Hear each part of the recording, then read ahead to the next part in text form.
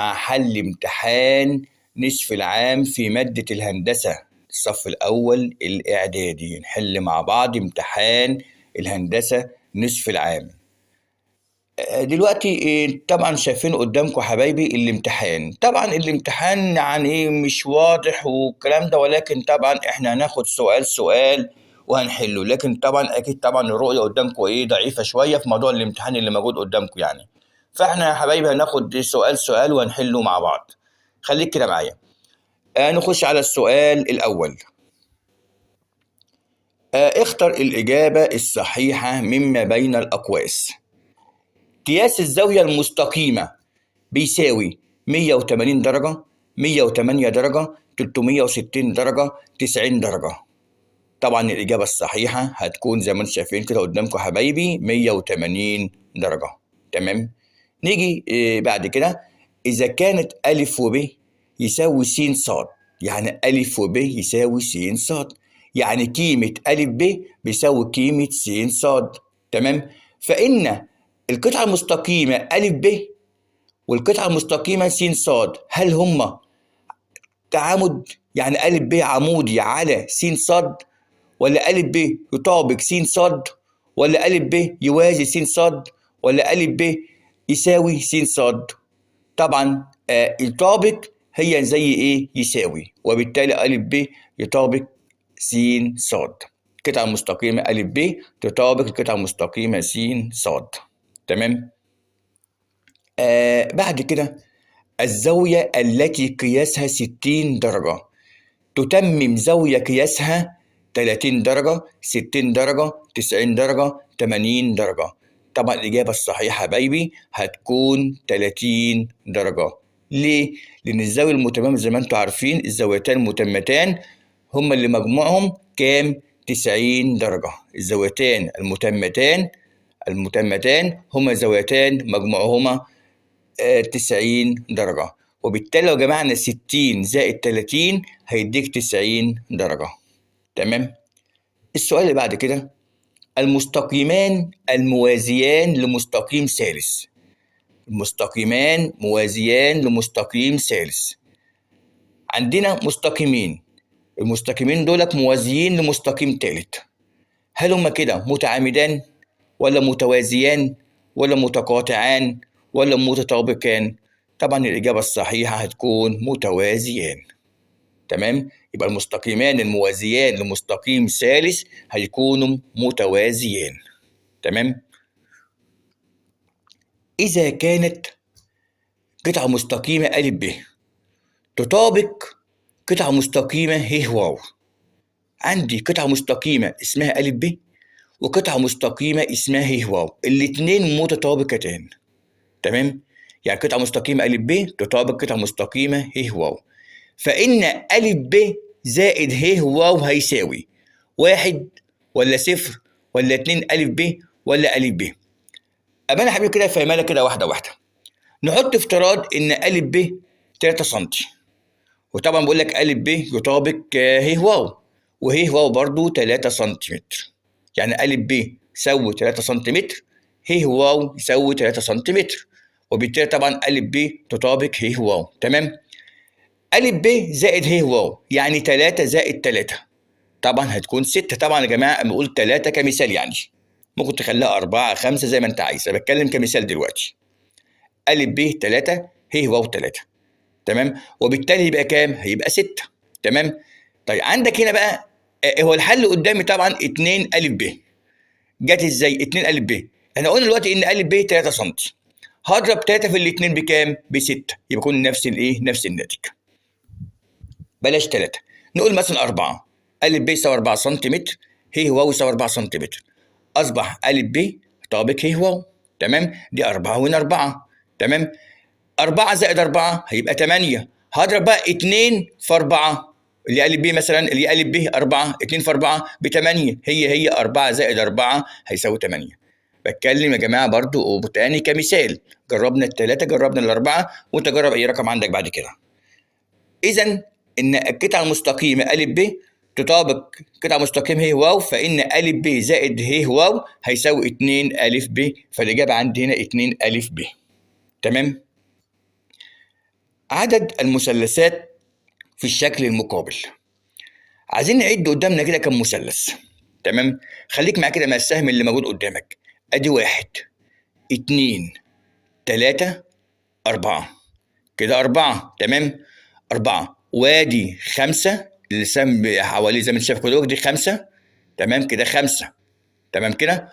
وادي كمان اللي هما الاتنين مع بعض دولت كده 6. خلاص كده 6. الكبير كله كده 7. إذا الحل هنا هيكون 7 مثلثات. إذا عدد المثلثات في الشكل الموجود قدامك 7 مثلثات. تمام. نخش بعد كده. أكمل ما يأتي.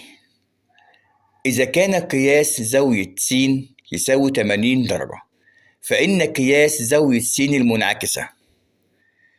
طبعا قبل كده كنا خدنا أنواع الزوايا في دروس قبل كده. هنتكلم الحل على طول. هنا الحل هيكون طبعا 360 ناقص منها 80 هيساوي 280 درجة. تمام. وبالتالي عندك كده الحل عندي 280. تمام. إذا قياس زاوية س المنعكسة هيساوي 280. 360 ناقص منها 80 يساوي 280. تمام. طبعا خدوا بالكم يا جماعة، قلت لكم قبل كده أنا دلوقتي بحل امتحان مش بشرح درس. شرح الدروس كانت في فيديوهات موجودة قبل كده، ولكن دلوقتي أنا بحل امتحان. رقم 2 في أكمل. مثلث محيطه 15 سنتيمتر وطول ضلعين فيه 7 سنتيمتر و4 سنتيمتر، فإن طول الضلع الثالث يساوي نقط. تمام. نمشي كده واحدة واحدة. سبق قبل كده احنا عرفنا إن محيط أي شكل هندسي هو مجموع أطوال أضلاعه. تمام. يعني لو عندك مثلث عشان أجيب المحيط بتاعه بجمع الثلاث أضلاع بتوعه. بجمع الثلاث أضلاع بتوع المثلث كده هجيب المحيط. أبقى أنا عندي دلوقتي ضلعين 2 بس 7 سنتي والضلع التاني 4 سنتيمتر. تمام. المحيط 15 يعني مجموع الثلاث أضلاع 15. تمام. وبالتالي اللي بيحصل كالآتي: أنا هجمع السبعة زائد 4، يعني هجمع الضلعين 7 و4 كام؟ 11. نقص ال 11 من 15 اتفضل لك كام؟ اتفضل لك 4 سنتيمتر. تمام. لو أنت جمعت 7 زائد 4 11 زائد 4 15، وبالتالي كده عندك كده المحيط كام؟ 15. لأن زي ما قلت لك قبل كده إن محيط المثلث مجموع أطوال أضلاعه. محيط أي شكل هندسي يساوي مجموع أطوال أضلاعه، وبالتالي جمعت السبعة والأربعة 11 نقصتهم من ال15 اداك الأربعة، أصبح الحل عندي كده 4. تمام. رقم 3 فأكمل. إذا قطع مستقيمان متوازيان فإن كل زاويتان متبادلتان. عندك مستقيم قطع مستقيمين متوازيين، يعني في مستقيمين متوازيين دي مستقيم قطعهم. اللي بيحصل بيعمل لي زاويتين متبادلتين، مالهم بقى؟ زي ما انت شايف كده قدامك متساويتان في القياس. يبقى إذا قطع مستقيمان متوازيان فإن كل زاويتين متبادلتان متساويتان في القياس. تمام. بعد كده رقم 4. الشكل الرباعي الذي فيه القطران متعامدان هو نقط ونقط. إيه الشكل الرباعي اللي فيه قطرين متعامدين؟ طبعا هيكون الحل المربع والمعين. تمام. يبقى الشكل الرباعي الذي فيه القطران المتعامدان المربع والمعين. رقم 5. إذا كانت زاوية س تطابق زاوية ص. عندي زاوية س تطابق زاوية ص. زاوية س تكمل زاوية ص.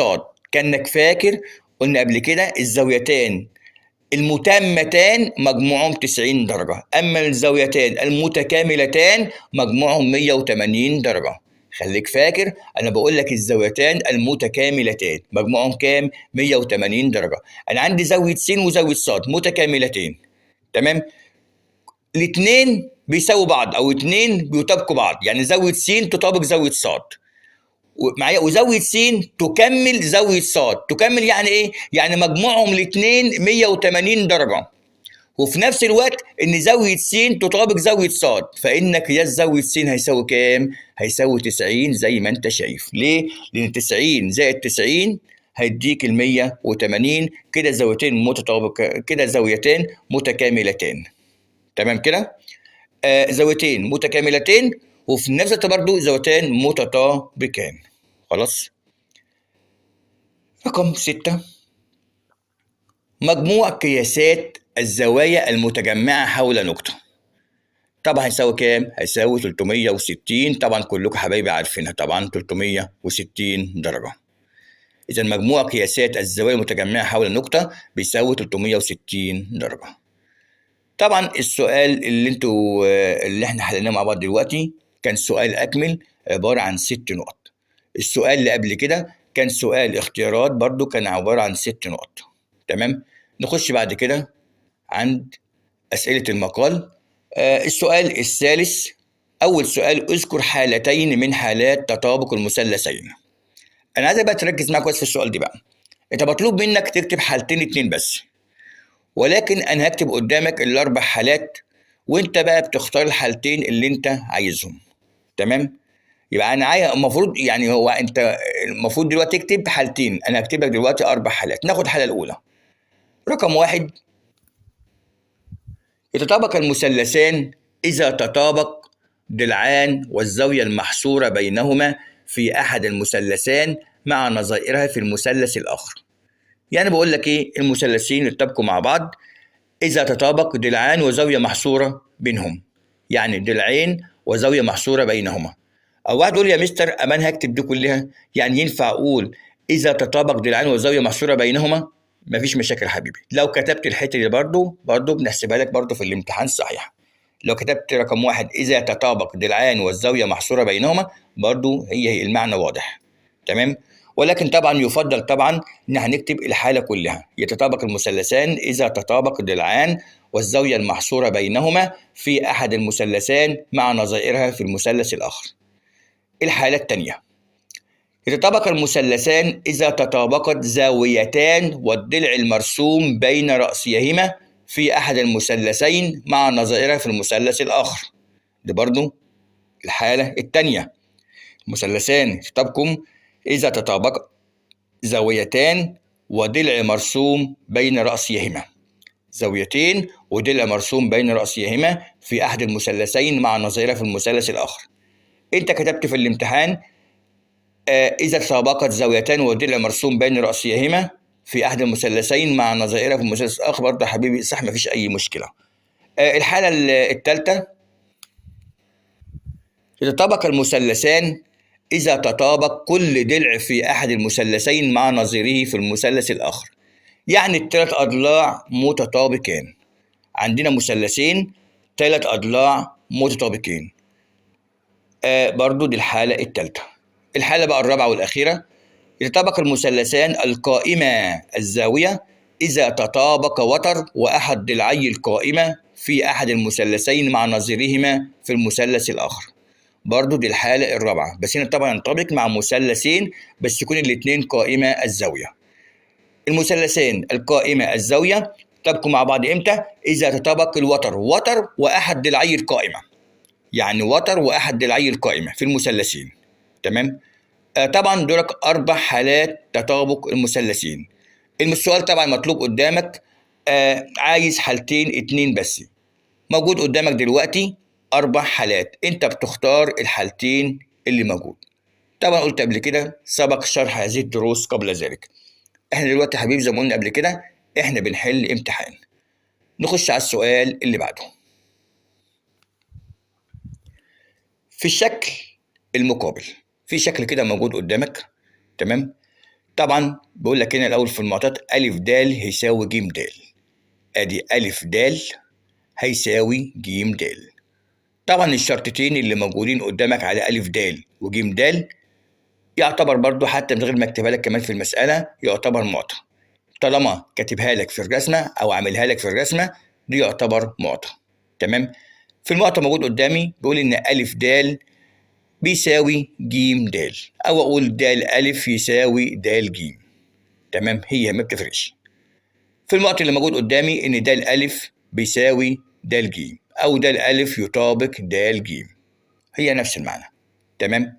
وعندي برضو إن ألف ب معايا بيساوي ج ب، أو أقول ب ألف يساوي ب ج، أو أقول ب ألف يطابق ب ج، ما بتفرقش.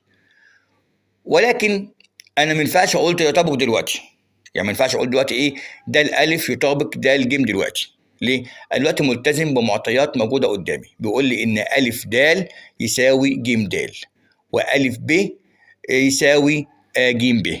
تمام؟ ليه ما اقولش يطبق دلوقتي؟ لو هو هيطلب مني طلب دلوقتي هقول لك عليه دلوقتي. اهم حاجه دلوقتي افهم الاول المعطيات الاول. تمام. زاويه الف د ب، الف د ب زي ما انت شايف 30 درجه. تمام. وطبعا طول ب الف يساوي 4 سنتيمتر. ايه بقى المطلوب؟ بيقول لي هنا ايه؟ اذكر شروط تطابق المثلثان الف ب د وج ب د. انا عندي مثلثين قدامك زي ما انت شايف، عندي ألف ب د وعندي ج ب د، ادي مثلث وادي مثلث. تمام. انا عندي دلوقتي ألف ب د وعندي ج ب د، دولك مثلثين. بيقول لي هنا ان شروط التطابق تنطبق موجوده في المثلثين اللي قدامي. تمام. ايه هي الشروط؟ طبعا سبق ان احنا ذكرنا دلوقتي شروط تطابق المثلثين. الشروط اللي انا قلتها دلوقتي اللي هم 4 حالات، في منهم حالة موجودة في المسألة اللي موجودة قدامنا، يعني في حالة من ال4 حالات اللي أنا ذكرتهم دلوقتي موجودين في الرسمة أو موجودين في الشكل اللي موجود قدامك دلوقتي. تمام. إيه هي الحالة اللي موجودة هنا؟ نمشي كده واحدة واحدة. أولا نلاحظ إن د الألف هيساوي د ج. تمام. يعني إذا إيه؟ إن د الألف تطابق د ج. تمام. ولاحظ برضو هنا إن ب ألف هيساوي ب ج. أبقى أنا عرفت إزاي؟ أنا عرفت إزاي إنها بتساويها؟ من الشرطة اللي موجودة قدامك. يعني ب ألف عامل لك شرطة أهي، ب ج عامل لك شرطة، إذا ب ألف هيساوي ب ج. إذا بما أن ب ألف يساوي ب ج، إذا ب ألف تطابق ب ج. خد بالك إحنا كده عملنا دلوقتي، عملنا إيه؟ ضلعين دلوقتي. د الألف يطابق د ج، أدي ضلع مع ضلع، وب ألف يطابق ب ج، برضه ضلع مع كده ضلعين دلوقتي، يعني ضلع مع ضلع كده ضلعين دلوقتي. الثلاث أضلاع اللي موجودين في المثلث أ ب د هما نفس أطوال الثلاث أضلاع المثلث د ب ج. تمام؟ يعني الثلاث أضلاع اللي موجودين في المثلث د ب ألف هما نفس أضلاع د ب ج. إن د الألف هيساوي أو يطابق د ج، وعندك ب ألف يطابق ب ج. أبقى أنا عرفت إزاي؟ بقولها تاني بسبب الشرطة اللي موجودة قدامك ديت. وده الب ضلع مشترك. يعني ضلع مشترك يعني موجود في المثلث أ د ب وموجود في المثلث ج د ب. فده الجيم كده، ده الب كده إيه؟ ضلع مشترك. تمام؟ وبالتالي إيه؟ الثلاث أضلاع موجودين في المثلثين. يعني 3 أضلاع متطابقة مع مثلث آخر. الأضلاع د ألف طابق د ج، ب ألف طابق ب ج. ده الب كده إيه؟ مشترك، ده أو ضلع مشترك. كده قلنا كده شروط تطابق المثلثان أ ب د وج ب د. طبعا دي كلام قلنا شفوي، الحل قدامك اهوت. مع كده د الألف تطابق د ج. تمام كده. وب ألف برضو تطابق ب ج، ب ألف تطابق ب ج. وطبعا د ب ضلع مشترك. تمام. أصبح عندي كده د ألف تطابق د ج، وعندك ب ألف تطابق ب ج. تمام. وطبعا د ب ضلع مشترك. نخش بعد كده عند النقطة التانية، عايز قياس زاوية ألف د ج. ألف د ج. تمام. طبعا بما أن د ألف يطابق د ج، وب ألف يطابق ب ج، ود ب ضلع مشترك، إذا قياس زاوية ألف يساوي قياس زاوية ج، قياس زاوية د ب ألف يساوي قياس زاوية د ب ج، قياس زاوية ألف د ب يساوي قياس زاوية ج د ألف. إذا زاوية زاوية ج د ب يساوي زاوية أ د ب. زاوية أ د ب يساوي كام درجة؟ يساوي 30 درجة، وبالتالي زاوية ج د ب يساوي 30 درجة. إجماع للزاويتين أصبح زاوية أ د ج هيساوي 60 درجة زي ما أنت شايف. تمام؟ سهلة جدا ومسألة جميلة مفيهاش أي مشكلة. تمام؟ طول ب ج زي ما أنت شايف، بما أن طبعا ب أ يساوي ب ج، ب أ يساوي كام سنتي؟ يساوي 4 سنتيمتر. إذا ب ج هيساوي برضو 4 سنتيمتر زي ما أنت شايف. تمام؟ الشكل اللي موجود قدامك طبعا جايب لك في المعطيات، قال لك إن أ واو زي ما أنت شايف كده قدامك يوازي د ه يوازي ب ج. يعني بص عندك أ واو يوازي د ه يوازي ب ج. تمام؟ وعايز ايه بقى؟ وبرضه عندك برضه أ د يساوي 3 سنتيمتر، يعني أ د ه 3 ايه سنتيمتر. تمام؟ هو عايز ايه؟ عايز طول أ ب، طول أ ب كلها. أ د يساوي 3 سنتيمتر، عايز طول أ ب. تمام؟ مع ذكر السبب. مع ذكر السبب يعني لازم يكون فيها خطوات. تمام؟ طبعا قلت لك قبل كده البرهان او مصطلح كلمه البرهان طبعا دي عندك في الترم الثاني، ولكن هنا مطلوب مننا هنجيب طول أ ب ولكن مع ذكر ايه السبب. تمام؟ عندك هنا طبعا بما ان طبعا عندنا هنا أ واو هيوازي د ه هيوازي ب ج، مع كده اذا أ ه هيساوي ه ج. حتى شاف شرطه كده قدامك هيك، طالما في يوازي في تساوي. بمعنى ايه؟ عندك هنا أ واو هيوازي د ه هيوازي ب ج. تمام؟ وعندك برضو في المعطيات برضو خد بالك دي برضو معطى، يعني ده برضو موجود معطى قدامك اهو. عندك أ ه هيساوي ه ج، يعني أ ه يساوي ايه؟ هيساوي ه ج. تمام؟ معنى كده ايه؟ اذا أ د هيساوي د ب. زي ما انت شايف أ د يساوي د ب. تمام؟ يعني بما ان عندك هنا أ واو يوازي د ه يوازي ب ج، وعندك برضو أ ه هيساوي ه ج، طبعا دي كلها موجوده عندك في المعطيات معايا. دي كلها ايه؟ أ ه يساوي أ ه يساوي ه ج معايا، وأ د 3 سنتيمتر زي ما انت شايف. طبعا دي كلها طبعا معطيات معايا. اذا أ ه مع كده انا اسف أ د هيساوي د ب. طالما أ ه يساوي ه ج إذا أ د هيساوي د ب. تمام كده؟ بعد كده طبعا أ د كام؟ 3 سنتيمتر. د ب هيساوي برضو 3 سنتيمتر. ليه؟ احنا قلنا ايه؟ إن أ ه يساوي ه ج. تمام؟ وبالتالي عندنا أ د هيساوي د ب. أ ه خليك مع كده، أ د كام؟ 3 سنتيمتر. إذا د ب يساوي 3 سنتيمتر. أ د كلها اجمعها 6 سنتيمتر، لأن اجمع 3 زائد 3 هيديك الستة، يعني أ د 3 د ب 3، وبالتالي أ ب يساوي كام؟ هيساوي 6 سنتيمتر.